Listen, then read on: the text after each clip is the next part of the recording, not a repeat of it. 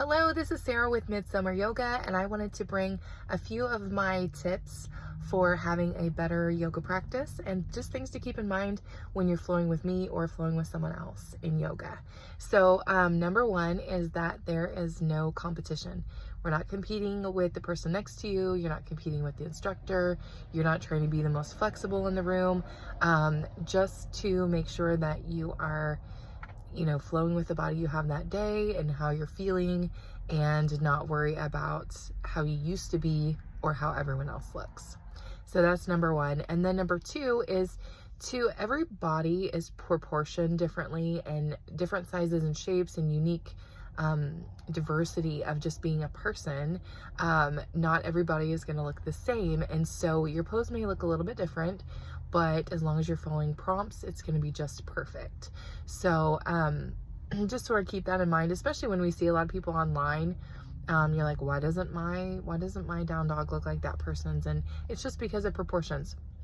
So one thing to keep in mind is to do everything gently. And my instructors, I'm in an advanced certification right now, and that's what they say all the time, is to go into every pose gently, and to just not push your body too far.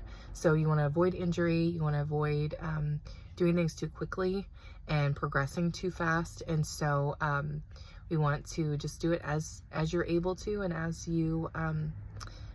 gently as possible. So so on that same thought, if you have any limitations, if you have old injuries, if you are not super flexible, please modify any poses or just skip them. So we don't want anybody to ever be in pain, and we don't want any injuries. So if you can modify something with the modifications, or just skip the pose altogether, just be aware of your own limitations during a flow.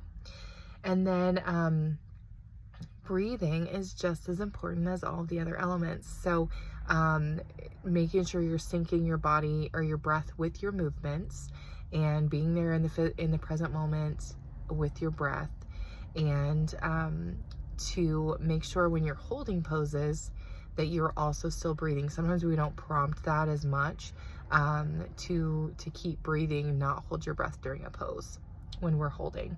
And then also to be aware of your joint alignment. You want your knees facing the same direction as your toes.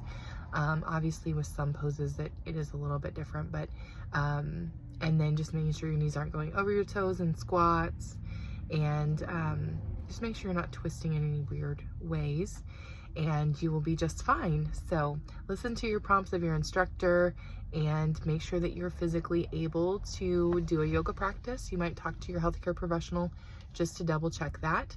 But I look forward to seeing you in class, and I hope these tips have helped you, and I'll see you next time.